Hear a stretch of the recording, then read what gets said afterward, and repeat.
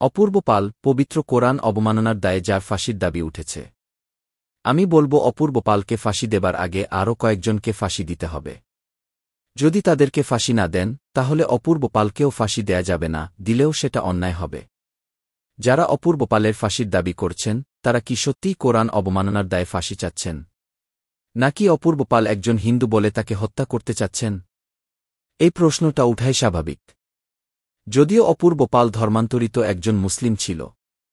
তাকে একজন মুসলিম নারী প্রেমের ফাঁদে ফেলে ধর্মান্তরিত করে পরে তার সাথে বেইমানি করেছে। প্রথমে সেই মুসলিম নারী জান্নাতের হুর, যে অসংখ্য পুরুষের সাথে সম্পর্ক গড়ে তুলে অপূর্ব পালকে ধোঁকা দিয়েছে, সেই নারী মুসলিম হুরকে ফাঁসি দিতে হবে। কারণ সেই মুসলিম নারী পৃথিবীর 280 কোটি মুসলমানদেরকে ধোঁকাবাজ বানিয়েছে। ইসলামকে ধোঁকাবাজদের ধর্ম হিসাবে পরিচিত করেছে। অপূর্ব পালের কাছে মুসলমান মানেই ধোঁকাবাজ। কারণ ধোঁকার মাধ্যমে অপূর্ব পালকে ধর্মান্তরিত করেছে সেই মুসলিম নারী। যদি সত্যিই কোরআন অবমাননার জন্য অপূর্ব পালের ফাঁসি হয়, তাহলে অপূর্ব পালের আগে ইসলাম ও কোরআন অবমাননার দায়ে মুফতি ইব্রাহিম, আমির হামজা এবং জামায়াত নেতা গোলাম পারওয়ারের ফাঁসি দিতে হবে। মুফতি ইব্রাহিম 1,80,000 নবী রাসূলকে অপমান করেছেন। মুফতি ইব্রাহিম বলেছেন, মহান আল্লাহ যেভাবে নবী রাসূল নির্বাচিত করেন নবুয়াতের মাধ্যমে, ঠিক সেইভাবে এখন সুদখোর ডক্টর ইউনুসকেও নির্বাচিত করেছেন। এই বক্তব্যের মাধ্যমে মুফতি ইব্রাহিম আল্লাহকে অপমান করেছেন।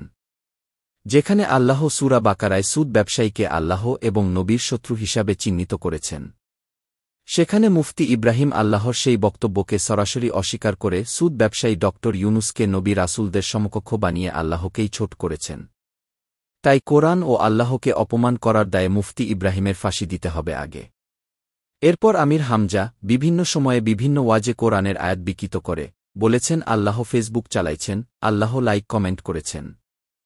আমির হামজা তার ওয়াজে বিভিন্ন সময় পবিত্র কোরআনের আয়াতকে বিকৃত করে ভুল ব্যাখ্যা করে কোরআনের অবমাননা করে থাকেন। তাই কোরআন অবমাননার দায়ে আমির হামজার ফাঁসি দিতে হবে আগে।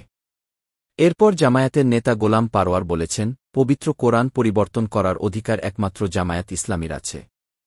এই বক্তব্যের মাধ্যমে এই জামায়াত নেতা পুরো কোরআনকেই অবমাননা করেছেন, তাই জামায়াত ইসলামীর এই নেতাকেও ফাঁসি দিতে হবে। যদি কোরআন অবমাননার দায়ে এইসব ব্যক্তিদের ফাঁসি না হয়, তাহলে অপূর্ব পালের ফাঁসির দাবি করা অন্যায় এবং তা ভণ্ডামি বলেই মনে করি। মোল্লা মাওলানারা আল্লাহ, নবী রাসূল ও পবিত্র কোরআনের অবমাননা করার পরও যদি বিনা বিচারে পার পেয়ে যেতে পারেন, তাহলে অপূর্ব পালের ক্ষেত্রে কেন তার উল্টো হবে? অপূর্ব পাল কোনো রাজনৈতিক দলের ধর্ম ব্যবসায়ী হলে কি আজকে তার বিরুদ্ধে ফাঁসির দাবি তুলতেন? যারা কোরআন অবমাননার দায়ে অপূর্ব পালের ফাঁসি চাচ্ছে, তারা কেউ প্রকৃত মুসলিম বা ইসলামে বিশ্বাসী নয়। এরা সবাই দিন শেষে ধর্ম ব্যবসায়ী। অপূর্ব পালের অন্যায়ের বিচার হোক, কিন্তু এমন অন্যায় অন্যরা যারা করেছে অবিলম্বে তাদেরও আইনের আওতা আনা হোক। মুফতি ইব্রাহিম, আমির হামজা ও জামায়াত ইসলামীর নেতা গোলাম পারওয়ারের যদি ফাঁসি না হয়, তাহলে অপূর্ব পালেরও ফাঁসির দাবি করা অন্যায়। আগে এইসব ধর্ম ব্যবসায়ীদের ফাঁসি দিতে হবে, তারপর অপূর্ব পালের ফাঁসি হবে, তার আগে নয়। আল্লাহ ন্যায় বিচারক, ইসলাম সত্য ধর্ম।